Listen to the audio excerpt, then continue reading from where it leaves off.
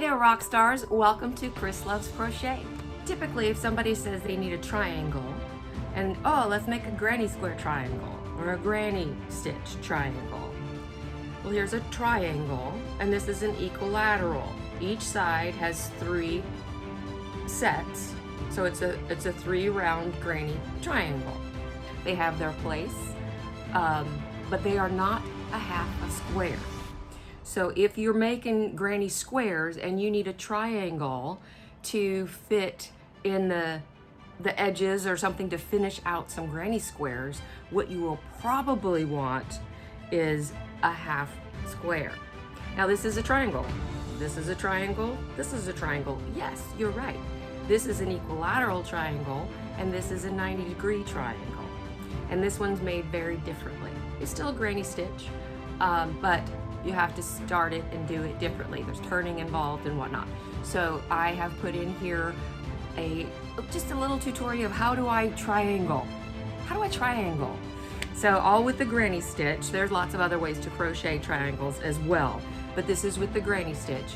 And so stay tuned.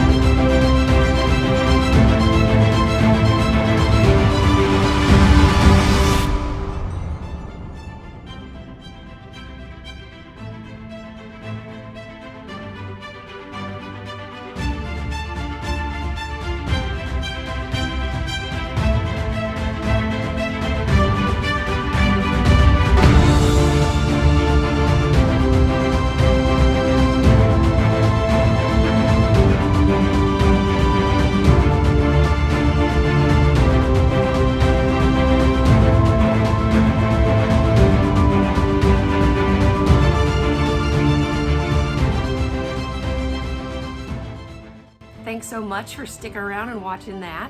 If you like what you saw, please like, thumbs up this video, and if you haven't already, please subscribe and click the notifications button so you can see my videos when I publish them. Thanks. Bye.